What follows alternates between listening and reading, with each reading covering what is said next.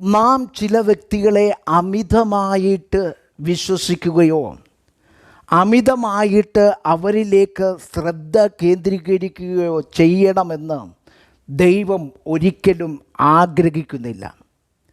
ആ വ്യക്തിയെ ഇനിയും നാം ശ്രദ്ധിക്കരുത് എന്ന് ദൈവവചനം നൽകുന്നതായ ചില തെളിവുകൾ നിങ്ങളുമായിട്ട് പങ്കുവെക്കുവാൻ ഞാൻ ആഗ്രഹിക്കുകയാണ്.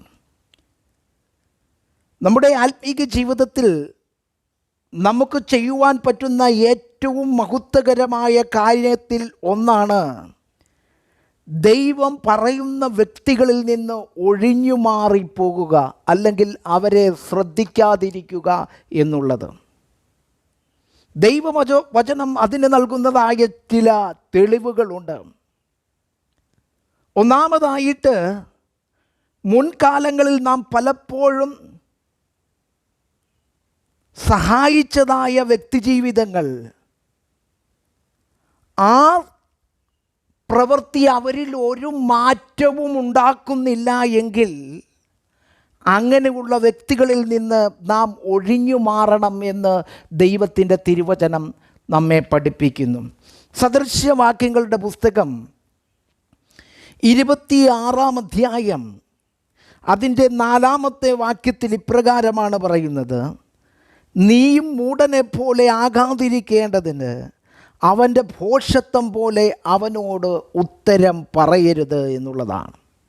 ചില സമയങ്ങളിൽ നാം എടുക്കുന്നതായ തീരുമാനങ്ങൾ അത് മറ്റുള്ളവരുടെ ആത്മീക വളർച്ചയ്ക്ക് കാരണമാകുന്നില്ല എന്നുള്ള യാഥാർത്ഥ്യം നാം തിരിച്ചറിയണം.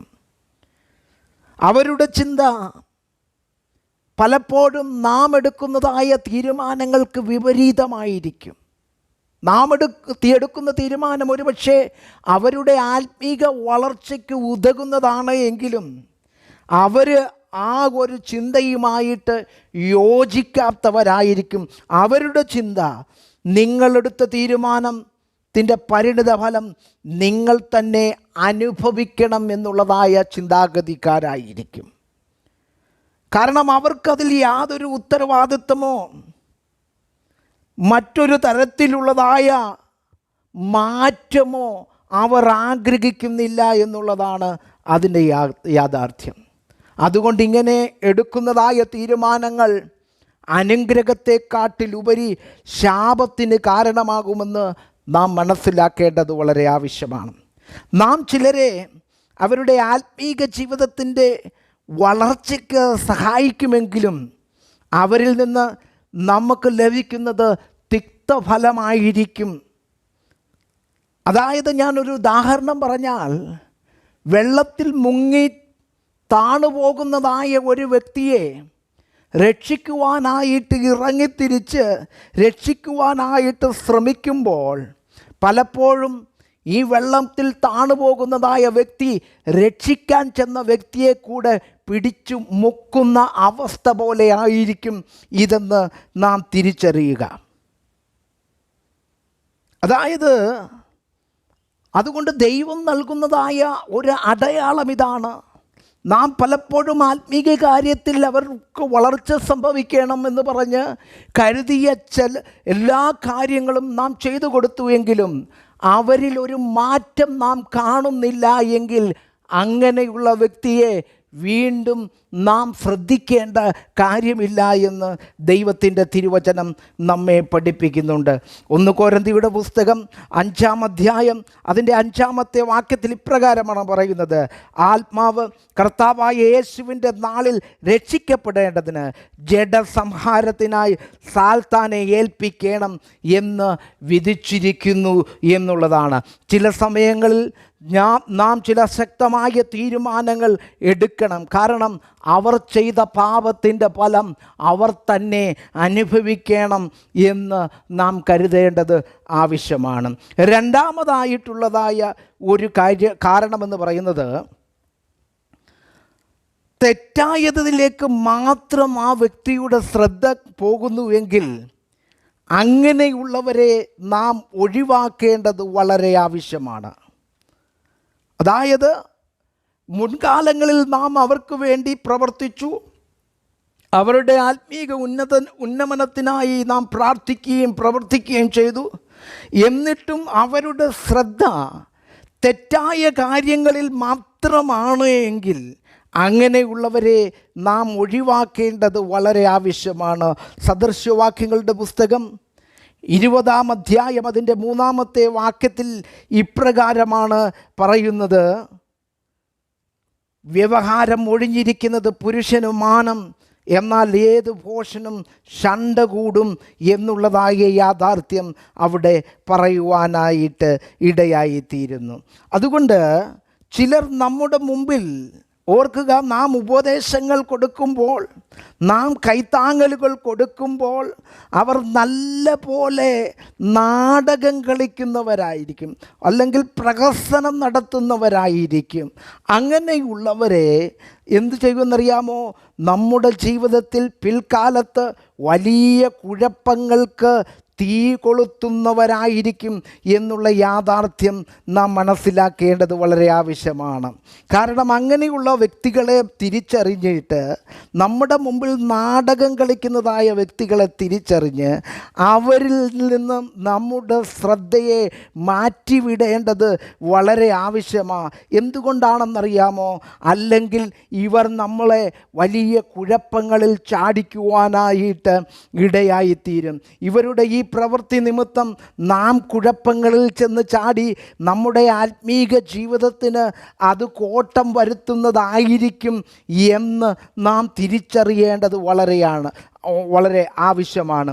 2 തിമോത്തിയോസിൻ്റെ പുസ്തകം 2-ാം അധ്യായം അതിൻ്റെ 23-ഉം 24-ഉം വാക്യത്തിൽ പറയുന്നത്: ബുദ്ധിയില്ലാത്ത മൗഢ്യ തർക്കം ശണ്ട ജനിപ്പിക്കുന്നു എന്നറിഞ്ഞ് അത് ഒഴിഞ്ഞിരിക്കുക.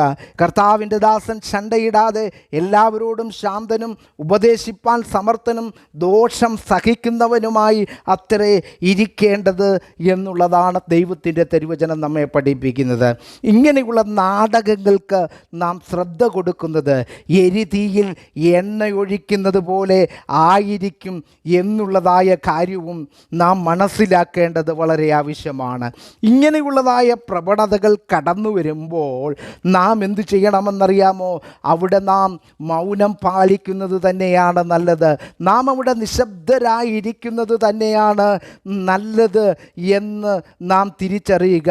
സദൃശവാക്യങ്ങളുടെ പുസ്തകം 9-ാം അധ്യായം അതിൻ്റെ 7-ാമത്തെ വാക്യത്തിൽ പറയുന്നത്: പരിഹാസിയെ ശാസിക്കുന്നവൻ ലജ്ജ സമ്പാദിക്കുന്നു, ദുഷ്ടനെ ഭത്സിക്കുന്നവന് കറ പറ്റുന്നു എന്ന് രേഖപ്പെടുത്തി വച്ചിരിക്കുന്നുണ്ട്. ചില വിഷയങ്ങളിൽ നാം മൗനം പാലിക്കേണ്ടത് വളരെ ആവശ്യമാണ്. നമ്മുടെ നിശബ്ദതയായിരിക്കണം പലപ്പോഴും അവർക്കുള്ളതായ മറുപടിയായിട്ട് തീരേണ്ടത് എന്ന് നാം തിരിച്ചറിയേണ്ടത് വളരെ ആവശ്യമാണ്. 3-ാമതായിട്ട് നമ്മെ പ്രകോപിപ്പിക്കുന്ന വ്യക്തി ജീവിതങ്ങളിൽ നിന്നും നമ്മുടെ ശ്രദ്ധ മാറേണ്ടത് വളരെ ആവശ്യമാണ്. ചിലർ നമ്മെ പ്രകോപിപ്പിക്കുന്നവരായിരിക്കും. അവരിൽ നിന്ന് നമ്മുടെ ശ്രദ്ധ മാറണമെന്ന് ദൈവം പലപ്പോഴും ആഗ്രഹിക്കുന്നുണ്ട്. സദൃശവാക്യങ്ങളുടെ പുസ്തകം 26-ാം അധ്യായം അതിൻ്റെ 20-ാമത്തെ വാക്യത്തിൽ പറയുന്നു: വിറകില്ലാഞ്ഞാൽ തീ കെട്ടുപോകും, നുണയനില്ലാഞ്ഞാൽ വഴക്ക് ഇല്ലാതെയാകും എന്നാണ് ഇവിടെ രേഖപ്പെടുത്തി വച്ചിരിക്കുന്നത്. ചില സമയങ്ങളിൽ നാം എന്തു ചെയ്യണമെന്നറിയാമോ?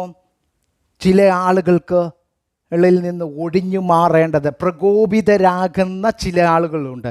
അവരെങ്ങനെ പ്രകോപിതരാകുന്നെന്നറിയാമോ? അവരുടെ പ്രശ്നങ്ങൾക്ക് പരിഹാരം കണ്ടെത്താതെ അവർ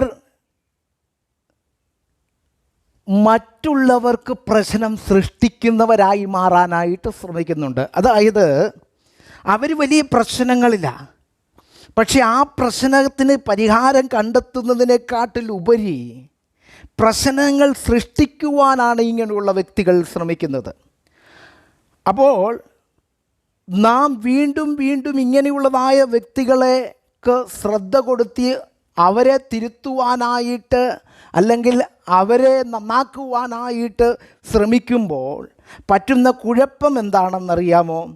ആ വ്യക്തി, ഇങ്ങനെയുള്ളതായ വ്യക്തികളുമായുള്ള സംസർഗം പലപ്പോഴും നമ്മെ പ്രകോപനപരമായ പ്രവൃത്തിയിലേക്ക് നയിക്കും എന്ന് നാം മനസ്സിലാക്കുക.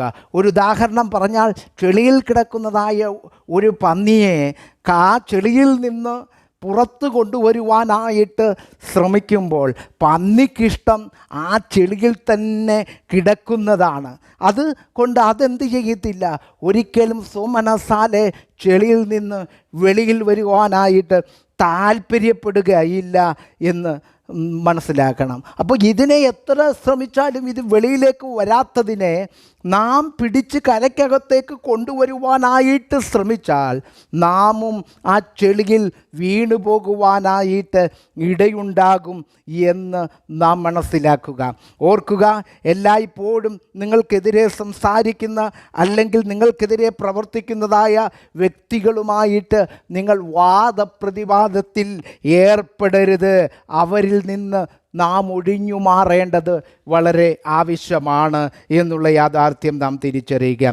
അവസാനമായി ഒരു പോയിൻ്റൂടെ പറഞ്ഞ് ഒരു തെളിവൂടെ നൽകി ഞാൻ എൻ്റെ വാക്കുകളെ ഉപസംഹരിക്കാം. നിങ്ങൾക്ക് ആത്മീക ജീവിതത്തിന് തടസ്സം ആകുന്ന വ്യക്തികളിൽ നിന്ന് നിങ്ങൾ എന്ത് ചെയ്യണമെന്നറിയാമോ? ഒഴിഞ്ഞു മാറണം. അവർക്ക് വേണ്ടി വീണ്ടും നിങ്ങളുടെ ഊർജത്തെയും നിങ്ങളുടെ സമയത്തെയും നിങ്ങൾ പാഴാക്കരുത് എന്നുള്ള കാര്യമാണ് നാം മനസ്സിലാക്കേണ്ടത്. കൊലോസ്യ ലേഖനം നാം വായിക്കുമ്പോൾ അവിടെ നമുക്ക് ദൈവത്തിൻ്റെ തിരുവചനത്തിൽ ഇപ്രകാരം ഒരു വാക്യമുണ്ട്. കൊലോസ്യ ലേഖനം 3-ാം അധ്യായം അതിൻ്റെ 2-ാമത്തെ വാക്യത്തിൽ പറയുന്നു, ഭൂമിയിലുള്ളത് അല്ല ഉയരത്തിലേത് തന്നെ ചിന്തിച്ച് പ്രവർത്തിക്കേണ്ടതായ നാം എന്ത് ചെയ്യണമെന്നറിയാമോ?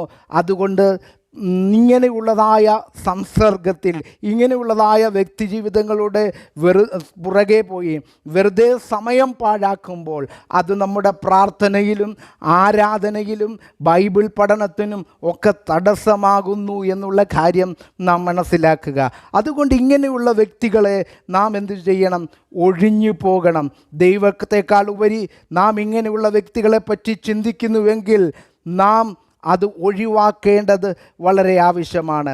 ശരിയാകാത്തവൻ്റെ പുറകെ പോയി നമ്മുടെ സമയത്തെയും നമ്മുടെ ഊർജത്തെയും നാം വെറുതെ കളയരുത് എന്നുള്ള കാര്യം നാം മനസ്സിലാക്കണം. കൊലോസ്യ ലേഖനം 3-ാം അധ്യായം അതിൻ്റെ 2-ാമത്തെ വാക്യത്തിൽ ദൈവജനത്തോട് ദൈവവചനം പറയുന്നത് ഇപ്രകാരമാണ്, നാം എന്ത് ചെയ്യണം? ഭൂമിയിലെ ഉള്ളതല്ല ഉയരത്തിലുള്ളത് തന്നെ ചിന്തിക്കുന്നവരായിരിക്കണം.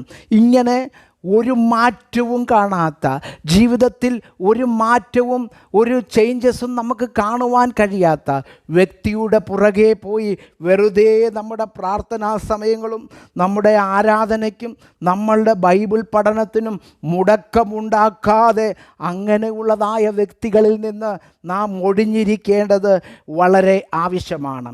ദൈവത്തെക്കാട്ടിൽ ഉപരി നാം ഇങ്ങനെയുള്ള വ്യക്തികളെ പറ്റി ചിന്തിക്കുന്നുവെങ്കിൽ അത് നാം ഒഴിവാക്കേണ്ടത് വളരെ ആവശ്യമാണ്. നമ്മെ ദൈവം എല്ലാവരുടെയും ചിന്താഗതികൾക്കും പെരുമാറ്റ രീതികൾക്കും പരിഹാരമായിട്ടല്ല നിയമിച്ചിരിക്കുന്നതെന്ന് നാം മനസ്സിലാക്കുക. ഒന്നുകൂടെ ഞാൻ പറയാം, നമ്മെ ദൈവം എല്ലാവരുടെയും ചിന്താഗതികളെയും പെരുമാറ്റ രീതികളെയും മാറ്റുന്നതിന് വേണ്ടിയല്ല ദൈവം നമ്മെ നിയമിച്ചിരിക്കുന്നത്. അതുകൊണ്ട് നാം എന്ത് ചെയ്യണമെന്നറിയാമോ? നാം ഇങ്ങനെയുള്ളതായ വ്യക്തികളിൽ നിന്ന് ഒഴിഞ്ഞു മാറി ദൈവത്തിന് പ്രസാദമുള്ളതായ കാര്യങ്ങൾ ചെയ്തുകൊണ്ട് മുന്നേറുന്നവരാകണം. അതുകൊണ്ട് ഈ ലക്ഷണങ്ങൾ, ഈ തെളിവുകൾ നിങ്ങളുടെ ജീവിതത്തിൽ ലഭിക്കുമ്പോൾ അങ്ങനെ ലഭിക്കുന്ന വ്യക്തികളിൽ നിന്ന് നാം ഒഴിഞ്ഞു മാറുവാൻ ദൈവത്തിൻ്റെ ആത്മാവ് നമ്മളെ ആഹ്വാനം ചെയ്യുന്നു. ദൈവം എല്ലാവരെയും സഹായിക്കട്ടെ.